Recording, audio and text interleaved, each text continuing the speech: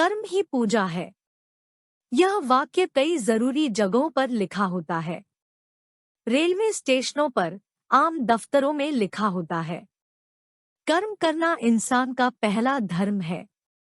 कई लोग कर्म को भाग्य रेखा मानते हैं। वो कर्म दूसरा है। यह कर्म गीता वाला कर्म है। गीता में लिखा है, कर्म ही श्रेष्ठ है, कर्म कर फल की इच्छा मत कर। कबीर ने अपनी वाणी में कर्म योग पर ही अपना तर्क दिया है। जो आदमी स्टेशन की ओर चल देता है, उसको तो गाड़ी मिल सकती है। जो चला ही नहीं, उसको तो मिल ही नहीं सकती। आर्य समाज का भी यही नियम है। कर्म करना इंसान का पहला लक्ष्य होना चाहिए। तकरीबन सब धर्म कर्म की व्याख्या करते हैं। अपना अपना ढंग है। आज तो विज्ञान का युग है। करने को ही कर्म कहते हैं। कहीं पर दुनिया में ऐसा नहीं लिखा है कि भाग्य के भरोसे रहो।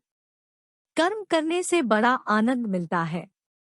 दिशा सही हो तो और भी आनंद आता है। कर्म करने का तरीका भी होता है। कर्म करने से पहले ज्ञान का होना जरूरी है। फिर उसको मानना जरूरी होता है। फिर करना जरूरी होता है। कर्म तो सभी करते हैं। कर्म अगर ज्ञान को जानकर किया जाए तो बहुत तरक्की होती है। कई लोग कर्म तो करते हैं, मगर कभी कभी दिशाहीन हो जाते हैं। उनका कर्म ज्यादा सफल नहीं होता। पक्के इरादे से किया कर्म ही ज्यादा कारगर होता है।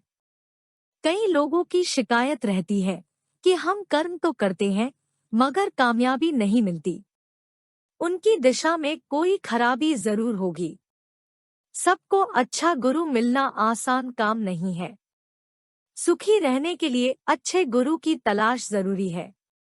ऐसा ही नियम है। अच्छा साहित्य भी काम आता है।